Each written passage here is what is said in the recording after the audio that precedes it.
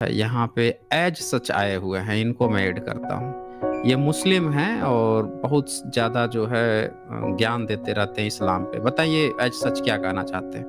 मैं मुस्लिम हूँ, आपको ये किसने बताया? इस आईडी से कल परसों आ रहा था, तो आप क्या हैं? आप ही बता दीजिए, तो वही चीज़ हम लोग मान जी, लेंगे। मैं तो सत्य की तलाश में रहता हूँ कि जो भी जहाँ पर भी जो सच बोल रहा है, उसकी हुँ। बातों को सुनना और फिर उसको परखना। अगर तो आप उस तो कल बातों में इस्लाम के सपोर्ट में कमेंट पर कमेंट किए जा रहे थे। मैंने कल एक कम्युनिटी अच्छा तो पोस्ट चढ़ाया, तो उस पर तो आप बड़ा इस्लाम के समर्थन में पोस्ट पर पोस्ट किए जा रहे थे। अब सत्य का हाँ, तलाश करने लगे। अच्छा जी, बताइए ज़रा कि जो आपका कुरान है, क्या वो आसमानी किताब है? क्या वो अल्लाह की किताब है? अच्छा मैं सवाल करने आया था, क्या आप मेरा कोई सवाल बात नहीं, करने वाले मेरा हो? आप ही एक जवाब दे दीजिए, फिर आपसे सवाल ले लेंगे। बताइए, देखो, कुरान जो है मैं तो क्या अल्लाह सवाल की किताब है? सवाल करने आया हूँ, मैं सवाल करने आया कोई हूँ। बात नहीं, आप कर लीजिएगा। आप मैंने मना थोड़े किया कि आप नहीं सवाल कीजिएगा। मैंने तो कहा नहीं कि आप नहीं कीजिएगा। मैं पूछ रहा हूँ कि जब आए ही हैं तो लगे हाथ मेरे भी एक प्रश्न का जवाब दे दीजिए, फिर आपके भी प्रश्न का जवाब दे दूँगा। बताइए जो कुरान है क्या वो अल्लाह की किताब है? मुझे इसके बारे में नहीं पता है। अच्छा, तो साथियों देखा आपने कि फिर से ये मुकर गए, नहीं जवाब देना चाहते। चलिए आप पूछिए क्या पूछना चाहते हैं? मैंने आपसे कल एक क्वेश्चन किया था। आपने क्या कहा था किया था? कमेंट में एक हुँ, क्वेश्चन एक बात आपने कही थी कि हुँ, अल्लाह ने आयत उतारा है कि बाप और भाई को जिंदा जला दो। तो ये वर्ड्स अच्छा आपने जी। कहाँ पढ़ी? इसका हुँ। आपको रेफरेंस देना था, आपने दिया नहीं था। आपने कहा था यहाँ पे आके पूछ अच्छा। लेना। तो तो आपको देखिए साथियों, इनको ये प्रश्न तो याद रहा, जब मैंने शुरू में कहा कि आप मुस्लिम हैं, तो ये कह रहे हैं कि आपको किसने कहा कि हम मुस्लिम हैं? सुना आपने? अब जो है ये कुरान को यहाँ डिफेंड करने पहुँच गए। इनको ये नहीं पता है कि इनके नबी हैं, इन्होंने कुरान में ये बातें उतार रखी है कि रमज़ान तक का, रोज़े तक का इंतज़ार करो या जो भी है, और उसके बाद से जो है तब तक जो दुश्मन हैं उनको तब तक भूनते रहो। तो ये अल्लाह इनके कुरान में लिखा हुआ है और ये बोल रहे हैं कि किस वर्ष में। अरे आप जब कुरान नहीं पढ़े हैं तो एक बार पढ़ लीजिए, पूरा कुरान पढ़ लीजिए, कहीं नहीं मिलेगा तब मुझे बता दीजिएगा। मैं यहाँ पे मैंने आप ढूंढा लोगों के कुरान पर मैंने ढूंढा अच्छा आपने मैंने ढूँढा, ढूंढा आपको नहीं मिला। आपने गूगल नहीं किया मिला। एक आप बार? बताइए। आप गूगल किए हैं? मैंने हाँ, गूगल बोलिए। करा, सब करा। अच्छा मैंने करा ना, सब तो करके मैं आपसे देखा है। मँगा देता हूँ, अभी मँगा देता हूँ। अब ये बताइए मंग मुझे कि अभी 28 या पता नहीं कितने जो कुरान की जो आयतें थीं, जिनको कहा गया कि जिनको बैन करने के लिए लोग पहुँच गए थे कोर्ट में, उन आयतों का आपको पता है वो कौन-कौन सी आयत थी? उन आयतों को बैन करने के लिए 26 आयतें थी वो। 26 आयतें हाँ, थी वो। वो 26 हाँ, तो आयत बैन थोड़ा पढ़ के बताइए हाँ तो तो बताइए, तो उसमें देखते हैं कि उसमें है कि नहीं है, अभी पता चल जाएगा। अरे, बताइए। मैं पढ़ बताइए। पढ़ चुका हूँ। बताइए ना आपको आप। रेफरेंस देना है ना, मैंने नहीं पढ़ा भाई, हूँ। ऐज़ सच आप रेफ़रेंस देने से क्यों डर रहे हैं? आप रेफ़रेंस देने से क्यों डर रहे हैं? जब मैंने आपसे बता दिया कि जिनमें हिंसक बातें की गई हैं कुरान की और उन आयतों को कोर्ट में लेकर लोग पहुँच गए हैं। अब आप कह रहे हैं कि मैं रेफ़रेंस दूँ, अरे भैया मैंने रेफ़रेंस तो दे तो दिया आपको कि वो जितनी कहा दिया। आयतें हैं जो हिंसक बात कह रही हैं, उनको उठा के आप एक बार दिखाओ। आप तो बोल रहे हैं कि आप पढ़े भी हैं, आप फिर झूठ बोल रहे हैं कि आपको पता भी नहीं है। आप एक काम करो, वो सारे हिंसक आयतें जो हैं एक-एक करके यहाँ फ्लैश करो। मैं अभी शेयर आप करूँगा पब्लिक रेफरेंस को। अभी रेफरेंस दे आपको दीजिए। हाँ भाई, रेफ़रेंस उसी में है ना, उसी में रेफ़रेंस मिल जाएगा, उसी में आ जाएगा कि भई आपके जो जलाने की बात अल्लाह जो बताइए। हैं वो हाँ, जलाने की बात कहे हैं कि नहीं कहे, उसी में आ जाएगा। आप दिखाओ मुझे, वो दिखाओ बताओ पहले। ना, तो आपको रेफरेंस देना है। चलिए फिर बाय-बाय टाटा। मैं वैसे भी इस्लाम पे यहाँ पे डिबेट नहीं करता हूँ। अगर आपको ज़्यादा जानकारी चाहिए तो एक्स मुस्लिम हैं, आप चले जाइए गालिब कमाल के पास चले जाइए, हारिस सुल्तान के पास चले जाके वहाँ पे डिबेट कीजिए। यहाँ पे अगर आप मुझसे डिबेट करने आते हैं, मैंने एक सवाल पूछ दिया, उसका तो जवाब आपसे देते नहीं बना। आपके ही एक्स मुस्लिम लोग लेके पहुँचे थे सुप्रीम कोर्ट कि भैया इसको बैन करो, ये तो हिंसक बात कह रहा है। अब बोल रहा हूँ कि वो सारे हिंसक आयत आप खोल के दिखाओ, तो आप दिखा नहीं पा रहे हो। इस्लाम को डिफेंड करने आप आए हो, दिखाने में भी शर्म आ रही है। फिर कह रहे हो आप रेफरेंस दो, आप रेफरेंस दो। अगर मैं आपसे कहता कि नहीं भाई मैं रेफरेंस नहीं दे पाऊँगा, मैं बोल तो रहा हूँ वो सारे हिंसक आयत दिखा दो, जो अभी सुप्रीम कोर्ट में लेके आप बोल भी रहे हो कि हम पढ़े हैं। क्या खाक पढ़े हो? दिखाने से आपको डर लग रहा है उन हिंसक आयतों को, जिसमें भूनने की बात कही गई है कि भई इंतज़ार करो, रोज़े तक का, रमज़ान तक का इंतज़ार करो, उसके बाद से जो काफ़िर हैं उनका इंतज़ार करो, उनको भूनो, ये करो। ये सब भी बातें लिखी हुई हैं। मुझे जिस दिन इस्लाम पे डिबेट करना होगा तो उस दिन खोल के लेके कुरान बैठ जाऊँगा मैं। आज सत्यार्थ प्रकाश पे डिबेट कर रहा हूँ, तो आप आए हो आज इस्लाम का डिबेट करने यहाँ पे। और इनको शर्म आ रही थी बताने में कि कुरान जो है अल्लाह की किताब है कि नहीं, बोल रहे हैं कि हम नहीं जानते। ये इस्लाम का चेहरा है दोस्तों। झूठे में ब्राह्मण से एक कदम पीछे नहीं है ये, बिल्कुल बराबर में खड़े हैं। ये बंदा अपने को नास्तिक भी बता देगा। पूछिए ना इनसे कहाँ गए ये? हाँ जी, भाई मैं साहब। यही आप नास्तिक हैं? मैं यही आप नास्तिक हैं? एग्नोस्टिक का सुना है आपने? एग्नोस्टिक भी हाँ, होते तो हैं कुछ सुनिए लोग। सुनिए भाइयों, दोस्तों दोस्तों सुन लिया आपने? ये एग्नोस्टिक है ये। क्या होता है एग्नोस्टिक, ज़रा बताइए तो मुझे? क्या होता है जो एग्नोस्टिक? जो धर्म में गहन अध्ययन करता है और पता लगाता है कि खुदा है या नहीं है। अगर खुदा क्या है या पता नहीं लगाया है है उसमें आपने? अभी वो उसको पूरा तरीके से मैं अभी पता लगा रहा हूँ। और आप जो देखिए, एक बात मैं आपको बता देता हूँ अच्छा, आप पता कि लगा रहे मैं हैं। मुस्लिम आपसे से भी पहले किसी ने पता नहीं मुस्लिम लगाया से क्या भी आपने? कुछ। अरे भाई मैं क्या पैदा आपने होते तो मैं ज्ञानी थोड़ी ना हुआ। नहीं, कोई भी आपसे ज्ञानी पहले पैदा किसी होते ने तो नहीं नहीं, आता है ना। आपसे आपसे पहले किसी ने पता लगाया होगा ना? आपसे पहले तो किसी ने उस तो पता लगाया होगा, या किसी ने नहीं किसने पता पता लगाया लगाया? आपको पता है? हाँ, मैं पूछ रहा हूँ वही ना, किसी ने भी कि जब लगाया भी हो, आदमी मुझे उसके बारे में भाई जानकारी नहीं है। जब साइंटिस्ट होता है, जो भी थोड़ा-सा तार्किक होता है, वो जब काम करने बैठता है, न्यूटन भी काम करने बैठेगा, तो हर चीज़ ज़ीरो से थोड़े काम करेगा। अपने पूर्ववर्ती किसी का देखेगा, गैलीलियो का देखेगा या उससे पहले कोपरनिकस थे, उनकी कुछ चीज़ों को देखेगा। आइंस्टीन भी काम करने बैठेगा, तो उससे पहले जो खोज हुई है, उसको उठाएगा। तो एज़ सच आपसे पहले जो है किसी ने इस पे काम ही नहीं किया, कि आपको उनका रिसर्च ही नहीं पता है कि उन लोग खोज पर क्या पहुँचे। आप बोल रहे हैं कि आप खोज में फिर से निकल गए। ये जो बहाना आप लोगों का है ना कि नए-नए एग्नोस्टिक का, ये एग्नोस्टिक जो आपको कह रहा है वो पूरी दुनिया को धोखा देता है दोस्तों। एग्नोस्टिक अच्छा कह रहा एक है बात। इसका मतलब वो धोखा दे रहा है, वो पक्का आस्तिक है, या फिर नास्तिक होकर ज़बरदस्ती का वो आस्तिकों को धोखा दे रहा है। ये चीज़ याद रखिएगा। जो अपने को कहे एग्नोस्टिक है, वो समझिए धोखा दे रहा है। किसी न किसी को ज़रूर धोखा दे रहा है। अगर आज तक अच्छा जो है इतनी रिसर्च हो चुकी है, इतनी रिसर्च हो चुकी है, इतने सारे स्कॉलर आए गए हैं, इनको आज तक पता ही नहीं चला, ये फिर से खोज में निकल लिए।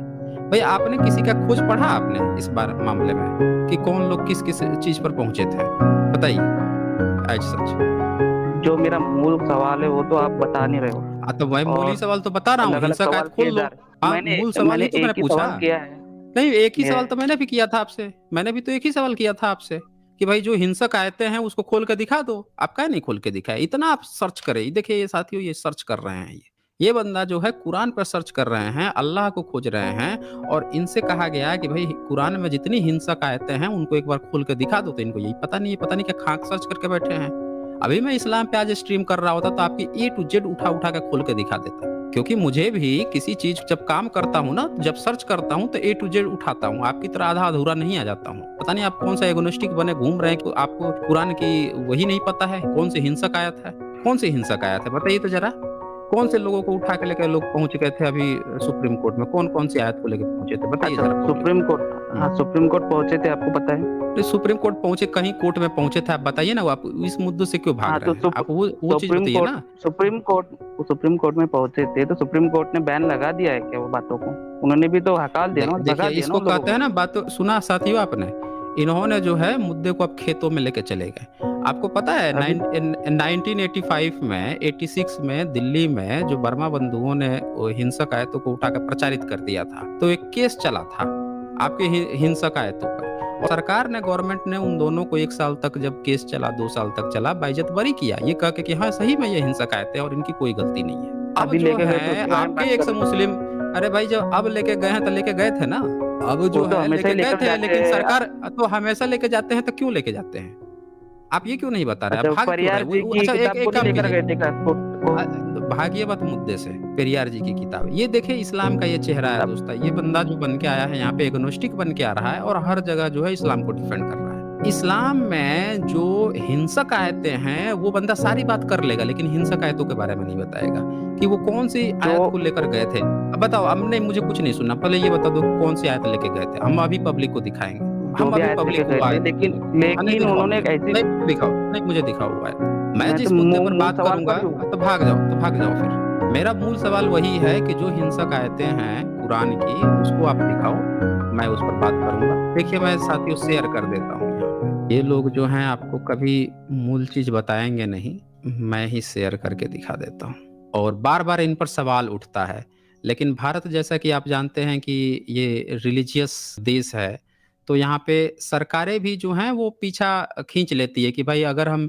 इनके रिलीजन धर्म बुक पर अगर हम आयत लगाते हैं तो व्यापार पे असर पड़ेगा, फिर इधर पड़ेगा, उधर पड़ेगा, तो और फिर हम अपने किस मुँह से अपने धर्म को हम बखानी करेंगे? तो ये टाल-मटोल इसी तरह से चलते रहता है। यहाँ पे आप लोग देख पा रहे होंगे, ये हैं वो 26 आयतें, अब ये एक-एक करके मैं पढ़ के भी सुना देता हूँ। ये रेफ़रेंस पूछ रहे थे ना, ये देखिए ये रेफ़रेंस ये हिंसक आयतों का रेफ़रेंस है। पहला है, जब हराम प्रतिष्ठित महीने बीत जाएँ तो मुशरिकों को जहाँ कहीं पाओ कत्ल करो, उन्हें पकड़ो और उन्हें घेरो और हर घात की जगह उनकी ताक में बैठो। फिर यदि वे तौबा कर लें और नमाज़ कायम करें तो ज़कात दें, तो उनका मार्ग छोड़ दो, निश्चय ही अल्लाह बड़ा क्षमाशील दयावान है। देखिए कितना अल्लाह जो है क्षमाशील और दयावान है। किसके लिए दयावान है? जो इस्लाम ग्रहण कर लेता है, दूसरे का कत्ल कर दे।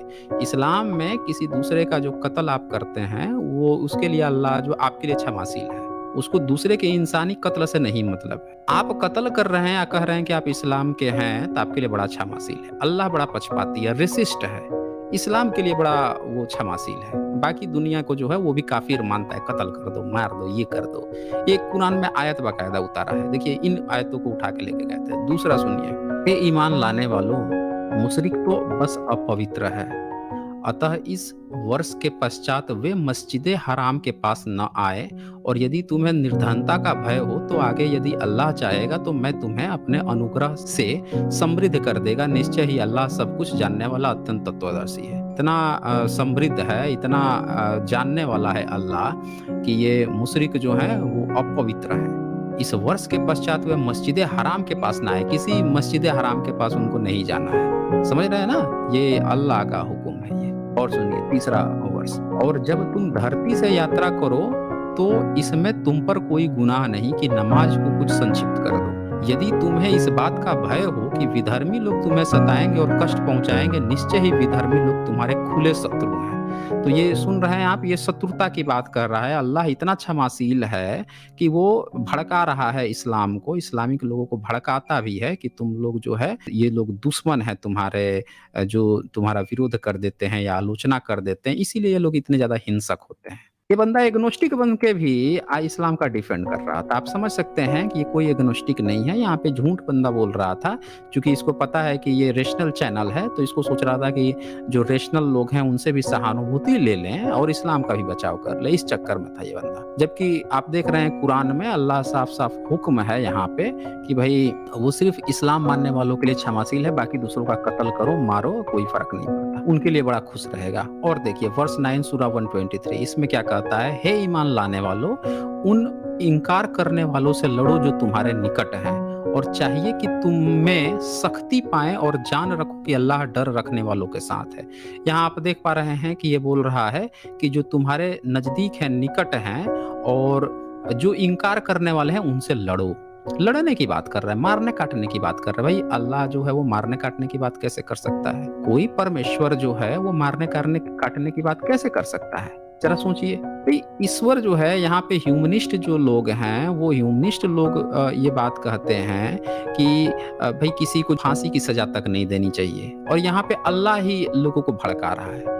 तो आप समझ सकते हैं कि इस्लाम पढ़ के अगर कोई आतंकवादी बन जाता है, या आतंकवादी, ये जितनी घटनाएं होती हैं इसको ये लोग बचाने की कोशिश करते हैं, लेकिन उसकी कहीं ना कहीं जड़ें जो है कुरान में मौजूद हैं। इन्हीं सब आयतों को पढ़ के, और जो अपने को कुरानिस्ट बोलते हैं कि हम कुरान से चलते हैं, वो लोग सीधे सीधे ये बात सोचते हैं कि भाई इस तरह से अल्लाह का ही हुक्म है, हम कुछ गलत नहीं कर रहे हैं। 5वें में क्या लिखा है कि वर्स 4 सूरा 56, जिन लोगों ने हमारी आयतों का इनकार किया उन्हें हम जल्द ही आग में झोंकेंगे। जब भी उनकी खालें पक जाएंगी तो हम उन्हें दूसरी खालों में बदल दिया करेंगे, ताकि वे यातना का मजा चखते ही रहें। निसंदेह अल्लाह प्रभुत्वशाली तत्वदर्शी है। यहाँ पे आप देख पा रहे हैं कि वर्स 4 जो है सूरा 56 इस तरह की बातें कर रहा है कि जो लोग हमारी आयतों का इनकार करते हैं उनको जल्द ही हम आग में झोंकेंगे। अब जरा सोचिए आप कि हमने यहाँ पे सत्यार्थ प्रकाश की आलोचना की, हम लोग वेद की भी बातें करते हैं, रामायण की भी बातें करते हैं। इस्लाम में क्या लिखा है कि इनकी आयतें, कुरान का जो इनकार करे उसको आग में झोंक दो। आप समझ सकते हैं कि ये कितने हिंसक लोग हैं। मैं थोड़े कह रहा हूँ, कुरान चीख चीख के कह रही है। वेदों में भी लिखा है कि नास्तिकों को मार दो, चीर दो, फाड़ दो। तभी तो ये इतने हिंसक थे, तभी तो ये शूद्रों को इतना नीचे किए हुए थे। तो यहाँ से आप साफ साफ देख सकते हैं कि सारी जो नफरती है, सर तन से जुदा की जो बातें आती हैं, वो सारी की चीजें जो है कुरान में ही अवेलेबल है। और तभी ये लोग पहुंच जाते हैं ये कहने के लिए सुप्रीम कोर्ट में, आप देखें इन चीजों को बैन कर दीजिए ताकि इज्जत थोड़ी कुरान की बच जाए। नहीं तो लोग पढ़ पढ़ के, ये सब पढ़ पढ़ के अगर बैन हो जाएगा तो अच्छी ही बात है ना। भारत में कम से कम जो मुस्लिम है ये सब नहीं पढ़ेंगे तो कम से कम उनको ये तो पता रहेगा कि हाँ यार चलो हिंसक बातें तो नहीं है। अब ये सब पढ़ के बच्चे क्या सीखेंगे? छोटे-छोटे मुस्लिम बच्चे हैं, मदरसे में जाएँगे, ये सब हिंसा वाली बातें पढ़ेंगे। धर्म ग्रंथ आप पढ़ा रहे हो, सुबह से शाम नमाज़ पढ़ा रहे हो वही चीज़ों की, हैं? क्या करोगे आप? वर्ष 9 सूरा 23 क्या लिखता है? हे ईमान लाने वालों, अपने बाप और अपने भाइयों को अपने मित्र न बनाओ। यदि ईमान के मुकाबले में कुफ्र उन्हें प्रिय हो, तुम में से जो कोई उन्हें अपना मित्र बनाएगा तो ऐसे ही लोग अत्याचारी होंगे। लीजिए भाई साहब, वो बंदा बार-बार पूछ रहा था कहाँ भाई और बाप की बात आई है। तो देखिए यहाँ पे एक वर्ष आ ही गया यहाँ पे। इसमें ये लिखा हुआ है कि हे ईमान लाने वालों, अपने बाप और भाई को भी अपना मित्र मत बनाओ। समझ रहे हैं ना? यदि वो ईमान के मुकाबले में कुफ्र उन्हें प्रिय हो। और यही कारण था कि लानत भेज दिए थे मोहम्मद साहब जो हैं, जिस चाचा ने उनको पाला-पोसा था, उसको जाके लानत भेज दिए थे। पाला-पोसा बड़ा किया, इस्लाम नहीं कबूल किया तो उस पर लानत भेज दिए। मैं सबको सजेस्ट करूँगा कि कई सारे जो एक्स मुस्लिम लोग हैं, उन्होंने बड़ी अच्छी-अच्छी किताबें लिखी हैं, उनको एक बार ज़रूर पढ़नी चाहिए। किसी भी धर्म मज़हब में जो गंदगी है, उसको पालने की बजाय ये बेहतर है कि आप पढ़ें। भारत में ऐसे-ऐसे धर्म दर्शन लिए हैं, जन्म लिए हैं, जिन्होंने हिंसा तक की बात नहीं की। आपने कभी जैनियों को देखा है कि वो कहते हो कि किसी को मार दो, काट दो? बुद्धिस्टों को कभी देखा है कि जब उनके किसी धर्म ग्रंथ में लिखा हो किसी को काट दो, मार दो? इनका तो पंचशील सिद्धांत है कि भाई आप किसी को मारिए मत, हिंसा मत से बचो, बचने की बात कर रहे हो। जहाँ तक मांसाहार खाने की बात है, उस पर तक पे ये लोग रिस्ट्रिक्शंस की बातें करते हुए जीव हत्या नहीं करनी चाहिए। ब्राह्मण धर्म में तो खैर मार काट को ही उसने धर्म ही अपना बना लिया, वो भी इस्लाम की तर्ज पे चला गया। उसने कहा कि यही धर्म है, भाई भाई को मार दो। महाभारत में उसने दिखाया भी, भाई भाई में मरवा दिया। रामायण में भी उसने दिखाया छल कपट करके मार दो, महाभारत में भी छल कपट करके, तो उनका वो उन्होंने अपना धर्म बना लिया। लेकिन भारत के जो सम्यक कल्चर के लोग हैं वो इस तरह की चीज़ों को नहीं मानते। तो जो लोग इस भ्रम में हैं कि इस्लाम के साथ वो बड़ी परिपक्वता से और उसके साथ चल सकते हैं, नहीं चल सकते। जब तक ये सब आयतें रहेंगी, वो उनमें विद्वेष पैदा करते रहेंगे। जैसे इस बंदे को देखिए, एग्नोस्टिक बना घूम रहा है, अब फिर भी जो है अपनी हिंसक आयतों को बचाना चाह रहा है। और देखिए 7 नंबर वर्ष 9 सूरा 37 मैं सारा पढ़ दूंगा ना। अब कोई मैं इस्लाम पे ये अलग बात है कि मैं नहीं वहाँ पे डिबेट करता हूँ, वो नहीं करता हूँ, क्योंकि मैं बार-बार मेरा ये कहना होता है कि भाई जो इस्लाम के एक्सपर्ट हैं उनसे जाके कीजिए। मेरा ये मुद्दा ही नहीं है, मैं अपने घर की सफाई करना चाहता हूँ, फिर भी आ जाते हैं उँगली करने। अब उँगली किया है तो उँगली ले लो, अच्छी तरह से लो। यहाँ पे देखें 7 जो है वर्ष 9 और सूरा 37 जो है ये क्या लिखता है? आदर के महीनों का हटाना तो बस कुफ्र में एक वृद्धि है, जिससे इनकार करने वाले गुमराह में पड़ते हैं। किसी वर्ष वे उसे हलाल वैध ठहरा लेते हैं और किसी वर्ष उनको हराम ठहरा लेते हैं, ताकि अल्लाह के आदत महीनों की संख्या पूरी कर लें और इस प्रकार अल्लाह के हराम किए हुए वैध ठहरा ले। उन्हें अपने बुरे कर्म उनके लिए सुहाने हो गए और अल्लाह इनकार करने वाले लोगों का सीधा मार्ग नहीं दिखाता। लो भाई साहब, जो इनकार करते हैं उनको सीधा मार्ग नहीं दिखाता। ये देख लीजिए, ये वर्ष 5 सूरा 57 ये लिखता है, हे ईमान लाने वालों, तुम में से पहले जिसको किताब दी गई थी, जिन्होंने तुम्हारे धर्म को हंसी खेल बना लिया है, और इनकार करने वालों को अपना मित्र न बनाओ और अल्लाह का डर रखो यदि तुम ईमान वाले हो। तो सुन लीजिए, यहाँ पे सीधे सीधे कह रहा है कि उन्हें मतलब किसको? ईसाई और यहूदी या फिर और लोग जो इस्लाम से पहले के हैं, जिनको किताबें दी गई हैं। वे किताबें कौन देता है? आपने कभी सुना है कि सॉफ्टवेयर इंजीनियर सॉफ्टवेयर बनाता है तो उसको एक किताब देता है सॉफ्टवेयर को, ले बेटा तू ये किताब पढ़ियो, आगे से खुद अपडेट करता है। इंटरनेट के माध्यम से रोज आपने देखा होगा कि रोज अपडेट आते रहता है। कभी आप व्हाट्सएप अपडेट करते हो, सॉफ्टवेयर अपडेट करते हो, एक किताब भेज रहा है। इतना तकनीक है। आप बचाने आते हैं अल्लाह को तो तुलना करते हैं सॉफ्टवेयर से या वीडियो गेम से, ऑटोमेटिकली उसको अपडेट किया जाता है, किताब भेजा जाता है। तो यहाँ पे आप देख रहे हैं सीधे सीधे कह रहा है कि भैया अपना मित्र न बनाओ। अब ये जब कुरान में मौजूद है और नमाज में दिन रात बच्चे जो कुरान पढ़ते हैं उनके दिमाग पर क्या असर होगा? यही असर होगा ना कि ये जितने भी, आप भले ही राजनीति के लिए इनको दोस्त बना लो, राजनीति के लिए आप बना लो कि भैया हमारे जो मुस्लिम भाई लोग हैं वोट हमको देंगे, लेकिन इनकी किताब में तो लिखा है कि भैया तुमसे पहले जितनी किताब है उनको बिल्कुल इनकार कर दो, उनके दोस्त मत बनाओ। ये तो अल्लाह का हुक्म है। और ये देखिए क्या अल्लाह का हुक्म है, उन्हें और इनकार करने वालों को अपना मित्र न बनाओ। और इनकार करने वाले, अब जो इस्लाम को नहीं मानता उसको अपना मित्र मत बनाओ। अब जो इस्लाम को एक्सेप्ट कर ले उन्हीं को तो ये मित्र बनाएंगे, अन्यथा उसको मित्र ही नहीं बनाएंगे। अल्लाह का डर रखो यदि तुम ईमान वाले हो। सुन लीजिए वर्ष 33 सूरा 61, फिटकारे हुए होंगे जहां कई पाए गए पकड़े जाएंगे और बुरी तरह मारे जाएंगे। सुन लीजिए भाई, फिटकारे हुए होंगे जहां कहीं पाए और पकड़े जाएंगे, बुरी तरह मारे जाएंगे। सलमान रुश्दी को आपने देख ही लिया क्या किया इन लोगों ने। यूएस तक में बंदा सुरक्षित नहीं है, ये इन लोगों ने हालत बना दी है। 10 वर्स 21 सूरा 98, निश्चय तुम और कुछ जिनको तुम अल्लाह को छोड़कर पूजते हो सब जहन्नम के ईंधन हो, तुम उनके घाट उतरोगे। सुन लिया आपने? तुम और वह जिनको तुम अल्लाह को छोड़कर पूजते हो, अल्लाह को छोड़कर किसी और को पूजते हो तो तुम जहन्नम के ईंधन हो, तुम उसके घाट उतरोगे। लो भाई साहब, ये तो सीधे सीधे धमकी दे रहे हैं कि इस्लाम को छोड़ के जितने भी लोग हैं सब जहन्नत में झोंके जाएंगे। तो भैया आज तक 1400 साल बीत गए, कितना ईंधन में झोंके? कोई है आंकड़ा, डेटा दिखा दीजिए। इसके बाद से 11th नंबर वर्स 32 सूरा 22, और उस व्यक्ति से बढ़कर अत्याचारी कौन होगा जिसे उसके रब की आयतों के द्वारा याद दिलाया जाए फिर वह उन्हें मुंह फेर ले, निश्चय ही वो अपराधियों से बदला लेकर रहेंगे। लो भाई साहब, ये खोज रहा था ना ये बंदा, एग्नोस्टिक बने घूम रहे थे, ये कह रहा है कि रब की आयतों के द्वारा याद दिलाया जाए और वो सबसे बड़ा अत्याचारी होगा जो उससे मुंह फेर लेगा। तो ये बंदा मुंह नहीं फेर सकता। वर्स 48 सूरा 20, अल्लाह ने तुमसे बहुत सी गनीमतों का वादा किया है जिन्हें तुम प्राप्त करोगे, वह विजय तो उनसे तुम्हें तत्कालीन रूप से निश्चित कर दी और लोगों का हाथ तुमसे रोक दिए कि वे तुम पर आक्रमण करने का साहस न कर सके, और ताकि ईमान वालों के लिए एक निशानी हो और वो सीधे मार्ग की ओर तुम्हारा मार्गदर्शन करे। वर्स 8 सूरा 69, अब जो कुछ गनीमत का माल तुमने प्राप्त किया है उसे वैध पवित्र समझकर खाओ और अल्लाह का डर रखो, निश्चय ही अल्लाह बड़ा क्षमाशील है भाई साहब। इतना अल्लाह क्षमाशील है कि इतना हिंसक बातें कर रहा है। वर्स 66 सूरा 9, हे नबी इनकार करने वाले और कपटाचारियों से जिहाद करो। लो भाई साहब, ये तो जिहाद की बात आ रही है। जो इनकार करे उनसे और कपटाचारी से जिहाद करो, उनके साथ सख्ती से पेश आओ, उनका ठिकाना जहन्नम है और अंत पहुंचने की बहुत बुरी जगह है। वर्स 41 सूरा 27, अतः हम अवश्य ही उन लोगों को जिन्हें इनकार किया है कठोर यातना का मजा चिखाएंगे। लो भाई साहब, सारे नास्तिकों को ये मजा चखाएंगे, सारे अन्य धर्मों को मजा चखाएंगे क्योंकि इनकार कर दिए हैं भाई कुरान से, और हम उन्हें अवश्य उनका बदला देंगे जो निष्कृतम कर्म वो करते रहे हैं। ये देखिए, ये अल्लाह का हुक्म है। ये वह है अल्लाह के शत्रुओं का बदला, आग उसी में उसका सदा का घर है, उसके बदले में वो जो हमारी आयतों का इनकार करते रहे। लो भाई साहब, अल्लाह के शत्रुओं का बदला है। अल्लाह जो है शत्रु पालता है, इंसान न पैदा करके शत्रु पैदा कर लिया है भाई। ये देखिए, सुन लीजिए, आग उसी से उनका सदा का घर है। वर्स 9 सूरा 111, निसंदेह अल्लाह ईमान वालों से उनके प्राण और उनके माल उनके बदले में खरीद लिए हैं, उनके लिए जन्नत है,